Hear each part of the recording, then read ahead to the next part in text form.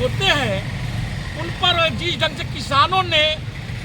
हमला बोल रहा है और बोल रहा है कि क्या तुम्हारी जमीर बिक चुकी है। तुम्हारी बहनों को दिल्ली के रोडों पर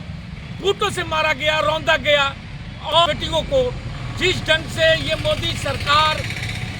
दिल्ली से खदेड़ने का काम किया और तुमको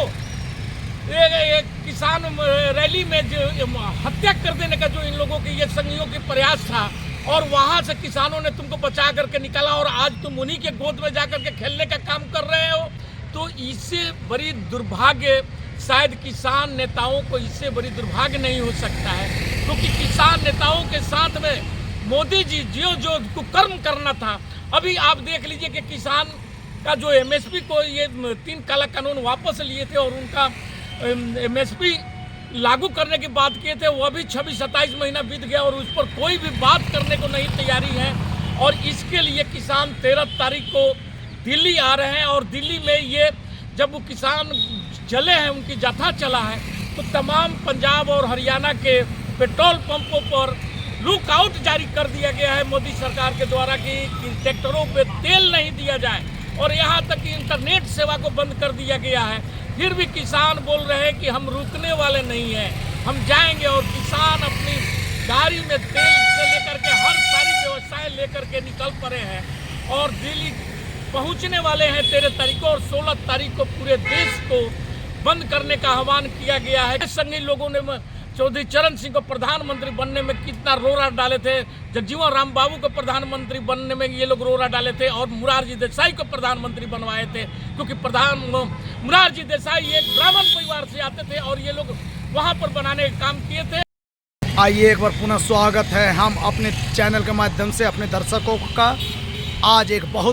बहुत ही महत्वपूर्ण सवाल। देखिए चंडीदा,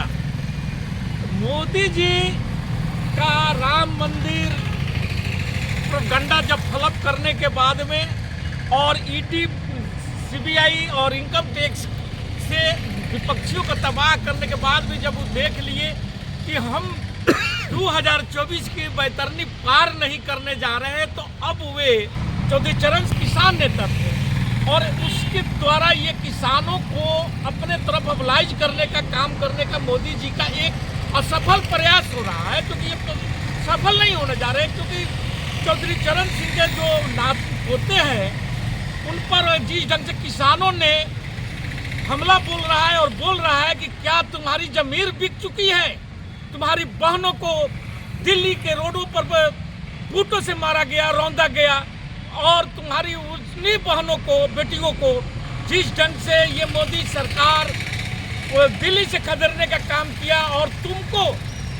एक किसान रैली में जो हत्या कर देने का जो इन लोगों के ये संघियों की प्रयास था और वहां से किसानों ने तुमको बचा करके निकाला और आज तुम उन्हीं के गोद में जाकर के खेलने का काम कर रहे हो।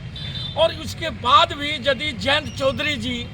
भाजपा में जा रहे हैं और इस लालच में जा रहे हैं कि उनके पितामह को मिल गया है भारत रत्न, तो इससे बड़ी दुर्भाग्य शायद किसान नेताओं को इससे बड़ी दुर्भाग्य नहीं हो सकता है, क्योंकि किसान नेताओं के साथ में मोदी जी जो कुकर्म करना था। अभी आप देख लीजिए कि किसान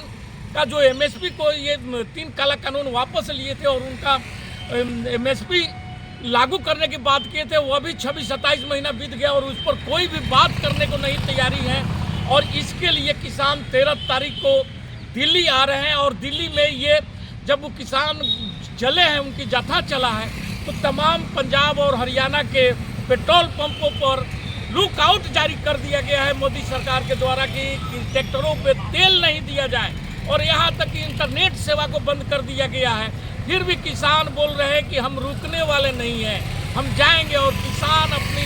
गाड़ी में तेल से लेकर के हर सारी व्यवस्थाएं लेकर के निकल पड़े हैं और दिल्ली पहुंचने वाले हैं 13 तारीख को और 16 तारीख को पूरे देश को बंद करने का आह्वान किया गया है किसान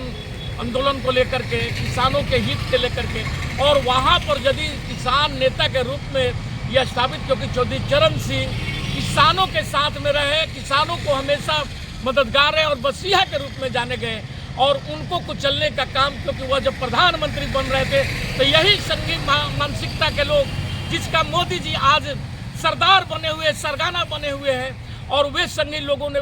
चौधरी चरण सिंह को प्रधानमंत्री बनने में कितना रोड़ा डाले थे, जगजीवन राम बाबू को प्रधानमंत्री बनने में ये लोग रोड़ा डाले थे, और मुरारजी देसाई को प्रधानमंत्री बनवाए थे, क्योंकि